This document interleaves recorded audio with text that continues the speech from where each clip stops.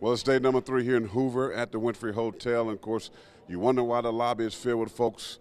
It's the Crimson Tide, as head football coach Nick Saban, the rock star of the SEC. And, of course, he's here today to talk about the Crimson Tide. Now, they played in the first ever college football playoff, losing to Ohio State, a team that, with a third-string quarterback, Cordell Jones, came in and really dismantled that defense. But they're eager to get back to work and kind of rectify things that went wrong in 2014. Here's the coach, Nick Saban, today at SEC Media Day.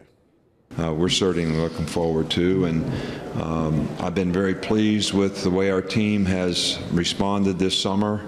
I actually just had a meeting yesterday with them to tell them that I thought they were working really well.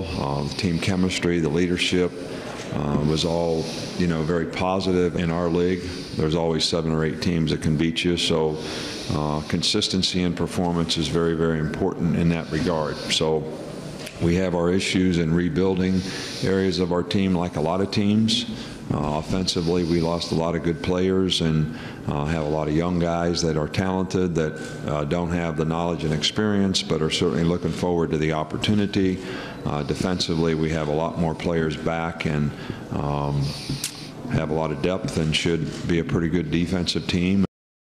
Even though this defense gave up a ton of yards last year against Ohio State, they're going to have one of the best front sevens in all of college football, led by middle linebacker Reggie Ragland. And he knows he's a leader, and if this team's going to get back to the college football playoff, this defense got to play much better.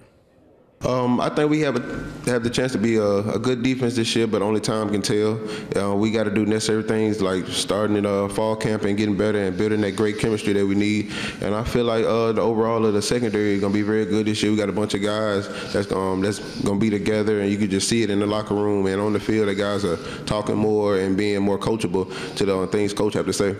Well, I can tell you a lot of folks here in the media, they thinking Auburn's going to win the SEC West, but there's no doubt about it. Nick Saban and the Alabama Crimson Tide will have a lot to say about it. Now in the East, Missouri, I should say, Pinko just finds a way to get it done. This is a team that has won the last 2 SEC East championships, and now a lot of folks are discounting this team. They're talking Georgia, they're talking Tennessee.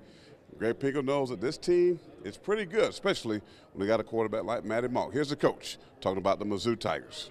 Tell our players, and our players understand it. It's about working the right way, and have these tremendous work ethic as a football team to get better, and player by player. And you're good in September for what you did when you reported January 21st, and what you did on March 3rd and March 4th. We have countdown days in our locker room when they get back in January from our bowl game, and it's so that we don't waste a day. And that's what that's about. It looks cute up there. We have 232 days till our opening game.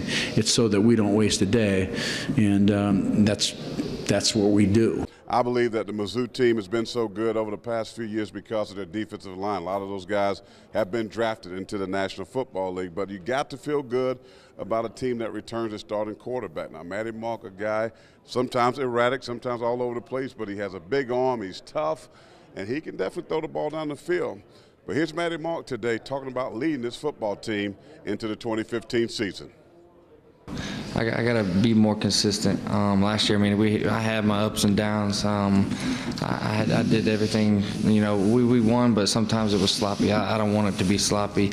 But the main thing is I don't want to talk about it. I want to go out there and do it. I got to improve on some accuracy. I've been doing things to improve that. We've been out there every day. We got young receivers, but there's no excuses for us not to compete at a high level, and our guys buy into what we do. And we've been training just like everybody else in the country, and we start here in a couple weeks and we'll be ready to go. There's no doubt about it. Both the SEC West and the SEC East is going to be very interesting. SEC West, I believe, is going to be a little bit tougher than the East. I still expect Georgia to probably win it, but after Georgia, Tennessee, South Carolina, Florida, Mizzou, who knows? Just depends on how these teams. That ball bounces in strange ways sometimes. Just have to wait and see.